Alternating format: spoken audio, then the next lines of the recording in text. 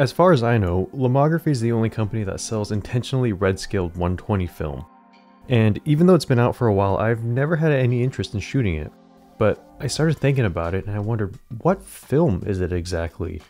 I mean, I can't imagine Lomo sourcing a new emulsion just to red scale it.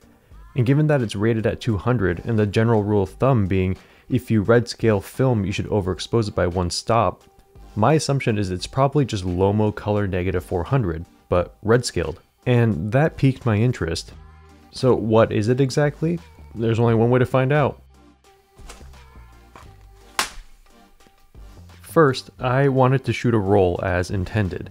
This just reminds me that I suck at shooting red scale. There's nothing really special to note, it's just red scale. And very quickly, for those who don't know what red scale is, this happens when you take color film and you flip it. So instead of shooting directly onto the emulsion, you shoot through the base. And when you do this, you end up with a heavy red cast because when flipped, the red layer of the film gets hit first and absorbs most of the light. Personally, not a big fan. I'm more interested in figuring out what this film stock is. So, what happens if you unredscale Lomo Redscale? I put a roll of Lomo 400 in one film back and a roll of Unredscaled Lomo Redscale in another back, just so we get a nice side-by-side comparison. Here's the Lomo 400, and here's the Unredscaled Lomo Redscale. Yeah, what? This wasn't what I was expecting. Before we even look at the scans, there's some obvious differences between the two. The Lomo 400 looks fine, but this don't look right. This has that regular orange looking mask, which is normal, but this is this dirty green-brown color. Definitely not normal. And these two were developed at the exact same time, so I know it's not some development issue. I've seen some old film look like this, and my first thought was, what if this was expired or stored next to a radiator? It wouldn't surprise me if it was expired, but then I remembered I bought a 3-pack, and the first roll I shot was the standard red scale. In comparing the regular red scale to Lomo 400, the orange mask of the red scale is a little lighter, but nothing too crazy.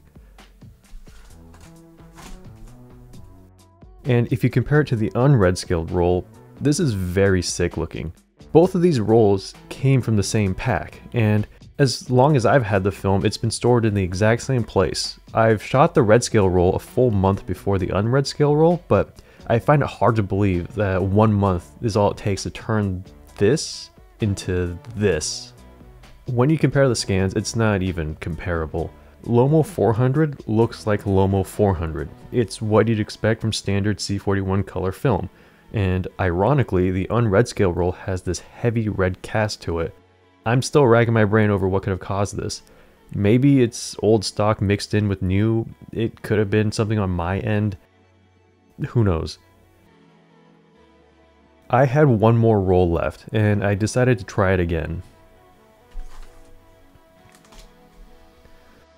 Please ignore the massive frame spacing issues and the big light leak on this side.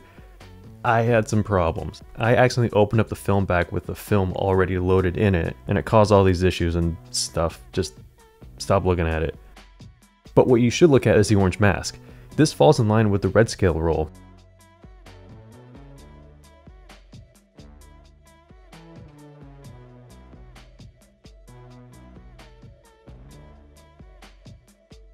And if you look at the scans and compare it to Lomo 400, it looks good enough. But when you compare these two unredscale attempts, I'm even more confused. The second attempt looks fine. It looks like regular color film. And compared to the Lomo 400, it looks close. But unfortunately, I didn't shoot this attempt side by side with Lomo 400, so I can't make a declarative statement saying that this is or isn't the same film.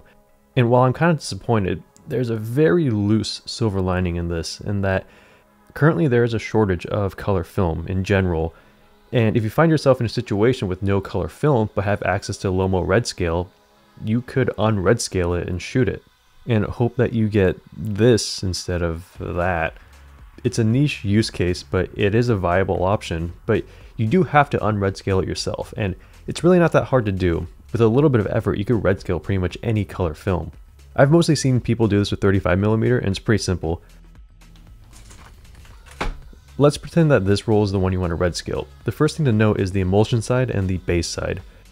The base side will usually be glossy and smooth, whereas the emulsion side will usually be dull and matte in comparison. The first thing you want to do is square off the leader, and then grab an empty cassette. You just want to make sure that there's a little bit of film sticking out. Next, tape the film to the little bit sticking out, and you want to make sure that the film is also flipped.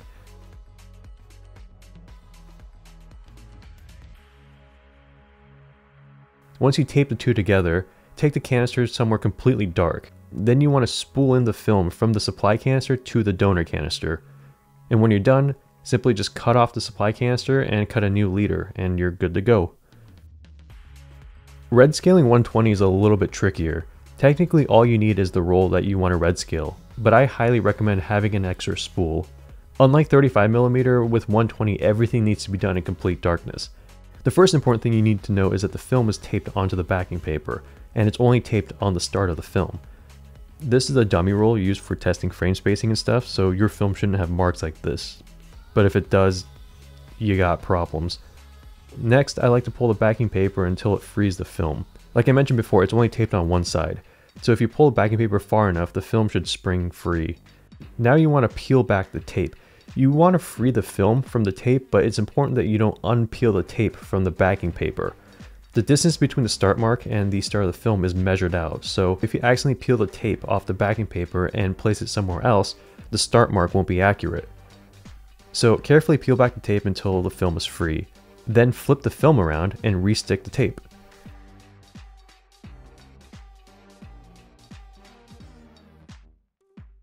And now this is where it gets a little tricky. If you try to re-spool starting from the end of the film, something like this will probably happen. At this point, you could just peel the tape back off the backing paper and move it forward, but you'll have to remember to move your start mark accordingly. To avoid this, I like to use a second spool. Instead of re-spooling back to front, I first go front to back. You want to make sure to keep constant pressure on the spool, otherwise the spool might puff out a bit. You could manually tighten it, but you'll most likely scratch the film.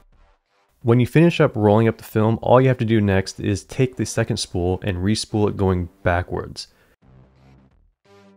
Keep the two spools close, and the last tricky bit is making sure that the film loads onto the new take-up spool. Now, towards the end, you can see that the film isn't bowing outwards. And when you're at the end, you just have to make sure to either load this directly into a camera or have some tape to keep it all wrapped up. And that's how you red scale 120 film. So, to wrap this all up, Lomo Redscale, what the hell is it? I'm actually more confused now compared to when I started. So congratulations Lomo, you win this round. You get to keep your secrets for another day.